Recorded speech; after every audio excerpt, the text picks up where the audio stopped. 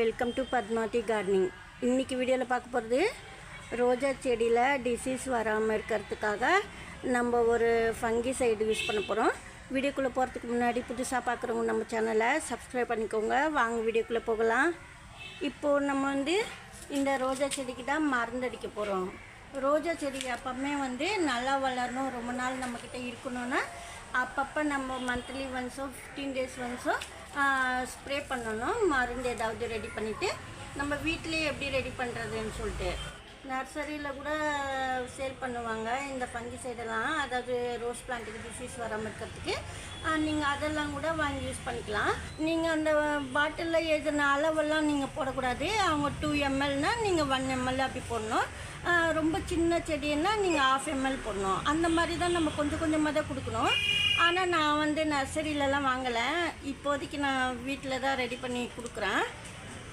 என்ன கொடுக்கறதுன்னா பாருங்கள், இது நொச்சி இலை, அதாவது நொச்சி இலையும் வேப்ப இலையும் நான் ஒரு நைட் நல்லா ஊற வச்சுருக்கேன்.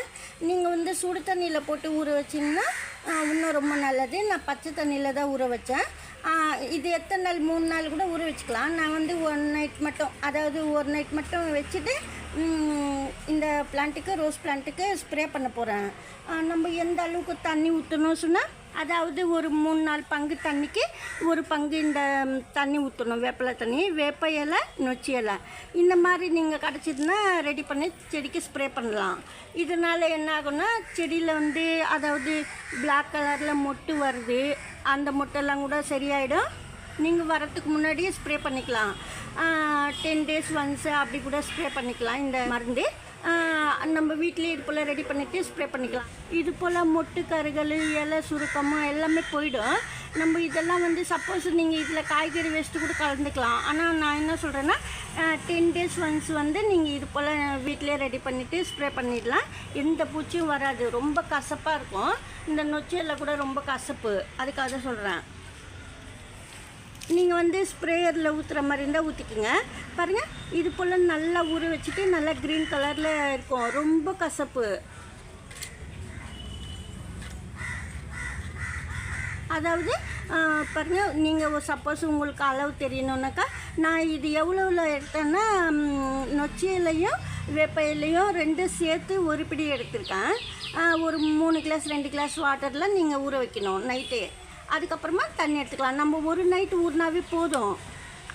ஏன்னா ரொம்ப கசப்பு தன்மை, அதனால சொல்கிறேன் நான்.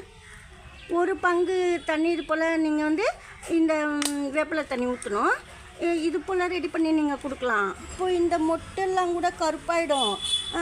இந்த பூ கூட பாருங்கள் ரொம்ப சின்னதாக இருக்குது, சுருங்கி போயிடுச்சு. ஏற்கனவே பூத்துது. இதெல்லாம் நான் ஃபஸ்ட்டு வீடியோவில் காட்டலை. இது மொட்டெல்லாம் இருக்கிறப்ப நான் காமிச்சிருக்கேன்.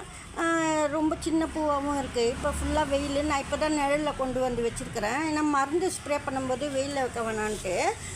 நீங்கள் பாதி வெயில் நிழல் இருக்கிற மாதிரி இந்த டைமில் வச்சுக்கணும். ரொம்ப வெயில், அதுக்காக தான் சொல்கிறேன்.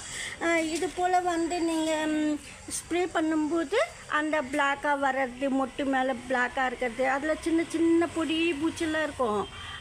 அதெல்லாம் கூட போயிடும். சூப்பராக பூ பூக்கும். இது போல் தளிர் புதுசாக வருது, லேசாக கருகள் இருக்கும், அதெல்லாம் கூட போயிடும்.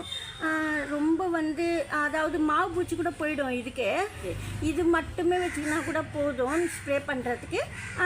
சப்போஸ் நீங்கள் கடையில் வாங்கி தான் நான் அடிக்கிறேன், ஸ்ப்ரே பண்ணுவேன் அப்படின்னா நீங்கள் இது ஒரு வாட்டி அது ஒரு வாட்டி அந்த மாதிரி கூட ஸ்ப்ரே பண்ணிக்கலாம். பாருங்கள், லைட் கலராக தான் இருக்குது. இது ரொம்ப கசப்பு. அதனால 1 பங்குக்கு ஒரு 4 பங்கு தண்ணி நீங்கள் சேர்க்கணும். இப்போ நம்ம மொட்டு மேலெல்லாம் கூட ஸ்ப்ரே பண்ணிக்கலாம்.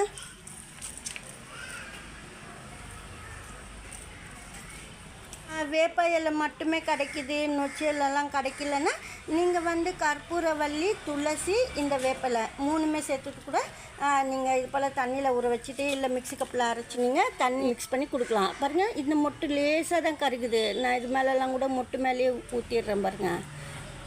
பின்பக்கம் கூட, அதாவது பிளான்ட்டு பின்பக்கம் கூட லீஃபெல்லாம் நனைக்கணும்.